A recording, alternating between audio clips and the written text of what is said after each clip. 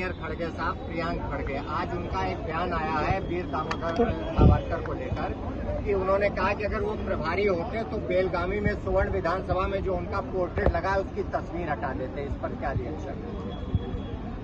देखिए, स्वतंत्रता संग्राम सेनानियों को ये लोग इसी तरह से करते हैं, उनका सम्मान नहीं करते हैं। और सबसे बड़ी चीज़ तो ये गांधी जी का नाम लिए हैं, गांधी जी का सम्मान नहीं करते हैं, गांधी जी की आत्मा को ये लोग मारते हैं, गांधी जी का जो उद्देश्य था उसको पूरा नहीं करते हैं। आज जो ये सभी क्रांतिकारियों के सपनों को माननीय नरेंद्र मोदी जी पूरा कर रहे हैं, आज़ादी के अमृत महोत्सव मना रहे हैं, सभी स्वतंत्रता संग्राम सेनानियों को सम्मान कर रहे हैं। और वीर सावरकर को आप जानते हैं कि केवल खुद नहीं, उनके पूरे परिवार, उनके भाई एक साथ कितनी आपदाएं उन्होंने देश की आज़ादी के लिए सही है। ये देश के स्वतंत्रता संग्राम सेनानियों का अपमान है, कोई व्यक्ति विशेष का अपमान नहीं है।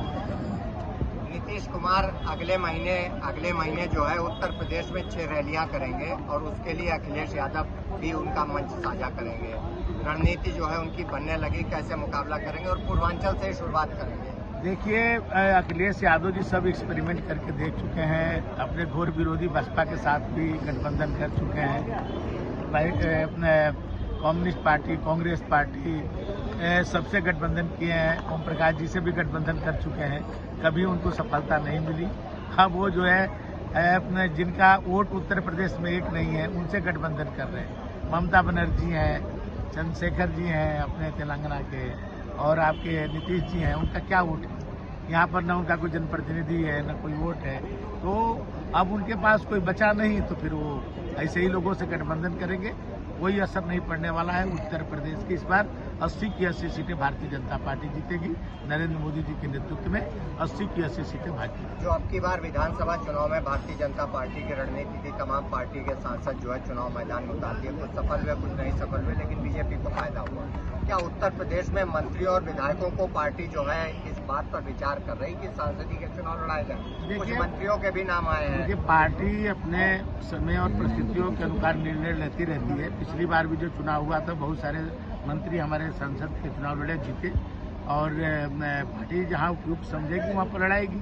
पार्टी का कोई ऐसे पहले से कोई निर्णय इसमें नहीं रहता है, उस समय परिस्थिति क्या है, वहाँ की क्षेत्र की स्थिति क्या है, उसके हिसाब से हमारे नेता, जो भी हमारे पार्टी में नेताओं की कमी नहीं है, हर प्रकार के नेता हैं, और उसको जहाँ जिसकी उपयोगिता होती है वहाँ उसका उपयोग होता है।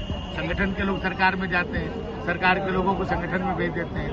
तो ये पार्टी के एक अनवरत चलने वाली प्रक्रिया है। उस समय पार्टी को लगेगा कि नहीं कुछ मंत्रियों को लड़ाना है तो लड़ा दी।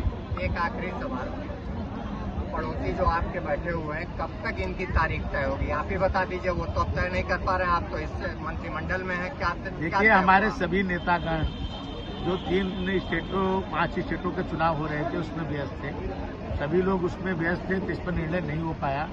उसके बाद अभी हमारी सरकार बन गई है, मोदी जी की गारंटी को जनता ने स्वीकार किया। अब जो है वहाँ मुख्यमंत्री बनने की प्रक्रिया में, वहाँ होने के बाद फिर अब लोग उत्तर प्रदेश की तरफ हमारे नेता मुखातिब होंगे, और जल्द जो है आपको जो आप डेट, हम लोग जैसे मंदिर के भी लोग कहते थे कि हम मंदिर बनाएंगे लेकिन डेट नहीं बताएंगे, उसी तरह डेट हम लोग बता रहे हैं कि 22 जनवरी को डेट है।